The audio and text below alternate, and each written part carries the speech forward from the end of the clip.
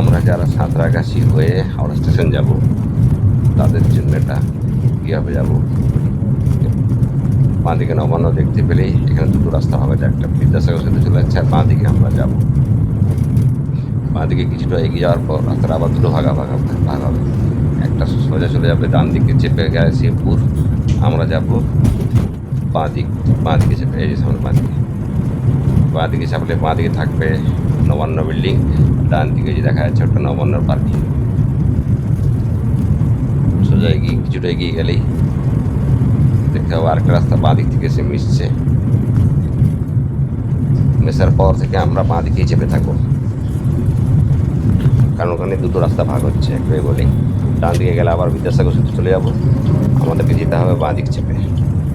এখানে রাস্তাটা বাম্পার ছিল, ভাঙা আছে এবড়ো।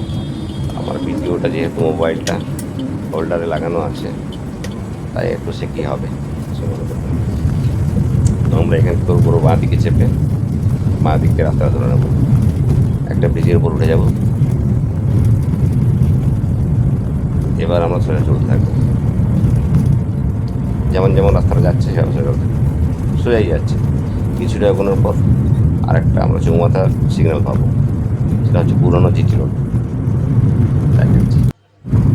এই সামনে দেখা যাচ্ছে পুরনো জিটি রোড সিগন্যাল।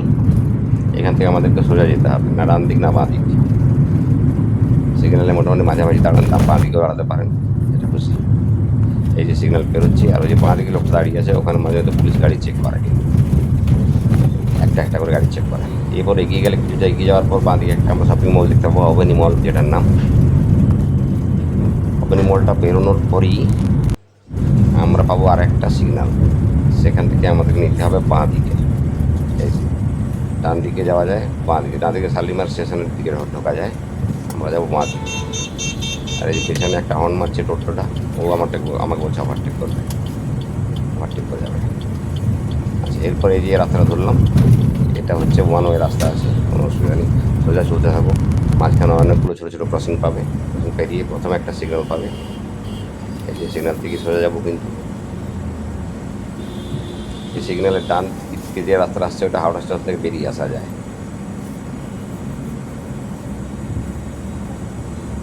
যদি হাওড়া স্টেশন কেউ ড্রপ করে আসো তাহলে ওই রাস্তাটা দিয়ে বেরিয়ে আসতে পারবে। ওই যে ডান দিকে রাস্তা একটা আসছে, একটা গেটও বড় আছে বড়। আমরা সোজা এগিয়ে যাবো, একটু কিছুটা এগোলেই আরেকটা সিগন্যাল পাবো। সিগন্যালের মাঝখানে গাছ আছে, ওই যে গাছের তলায় সিগন্যাল, কন্ট্রোল রুম। এখানে আমরা ডান দিকে চেপে রাখবো, কারণ আমাদেরকে যেতে হবে ডান দিকে। এবার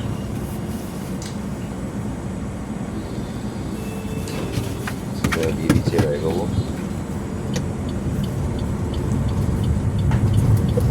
ডান দিকে পড়ে যাবো, এরপর রাস্তাটা একটু ন্যারো হয়ে যাবে, কিন্তু ওয়ান ওয়ে আছে, কোনো অসুবিধা নেই। রাস্তার পাশে গাড়িও দাঁড়িয়ে থাকে, চলে যেতে হবে।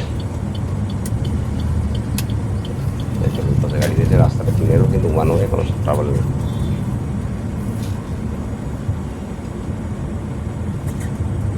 কিছুটা এগাবো,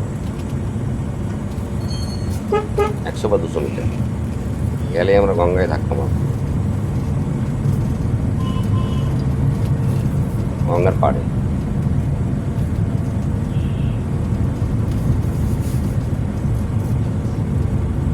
এই যে এবার চলে এসেছি কাছাকাছি, এবার আমরা গঙ্গার পাড়ে গিয়ে ধাক্কা মারবো।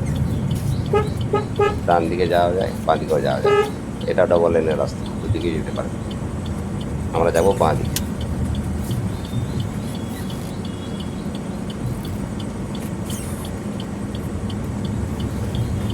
বাঁ দিক ধরে এবার আমরা সোজাই চলতে থাকবো, কোথাও ডান দিক বাঁ দিকে কোনা,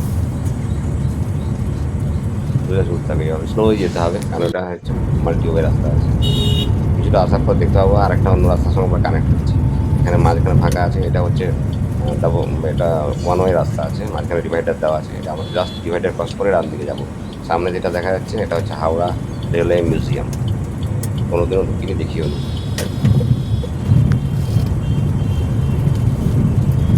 এই করে থাকলাম, এখানে ডিভাইডার শেষ, এরপর কিন্তু আবার ডবল লেনের রাস্তা, দ্বিতীয় গাড়ি আসবে, একটু এগুলি আমরা দেখতে পাবো। এই যে বাঁদিকে জল ট্যাঙ্ক, এখান থেকে আমাদেরকে বাঁদিকে চাপতে হবে। সামনে দেখুন দেখতে পাবেন 3টে লেন।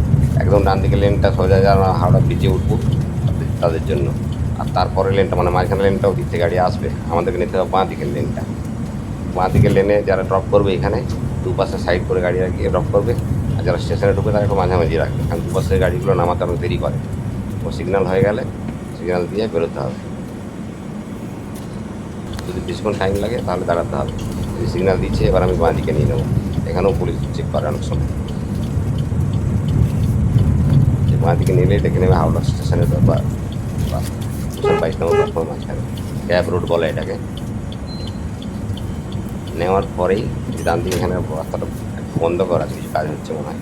ডান দিকে একটা কাউন্টার দেখতে হবে, যেটা টিকিট কাউন্টার বা রেলওয়ে পার্কিং কাউন্টার।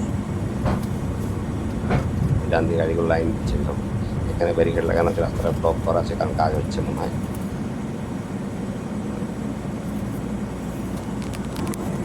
সামনে টিকিট কাউন্টার আছে, মহিলা বসে আছে, 300 টাকা পার্কিং।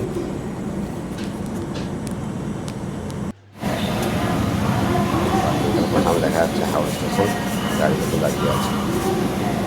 এখানে ঢুকে যাওয়ার পর দুপাশে আপনি গাড়ি পার্কিং করতে পারেন।